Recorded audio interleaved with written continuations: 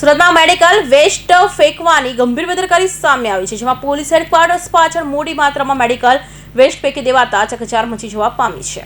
Corona હજી ગયો નથી ત્યાં પીપીઈ કિટ ફેંકી દેવાઈ છે। અજાણ્યા વ્યક્તિ દ્વારા કોરોના સેક્ટર કિટ સુરત અલ્ફાલાઇન્સ પોલીસે ક્વાર્ટર્સ પાસે ફેંકી દેવાઈ હતી। દવા માસ્ક સહિતનો જથ્થો ફેંકી દેવાયો હતો। આટલી મોટી ગંભીર બેદરકારી કોણ કરી છે એ સૌથી મોટી સવાલ છે।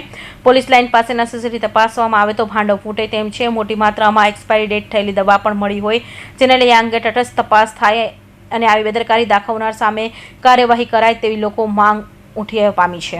હું એમજે વ્યાસ અલ્ફા ઓફિસમાં સેનેટરી સબ ઇન્સ્પેક્ટર તરીકે ફરજ બજાવું છું।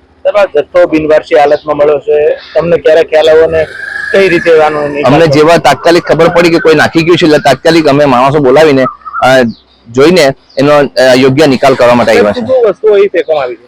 અહીં પીપીઈ કિટ દેખાય છે, એક્સપાયરી ડેટની દવાઓ દેખાય છે।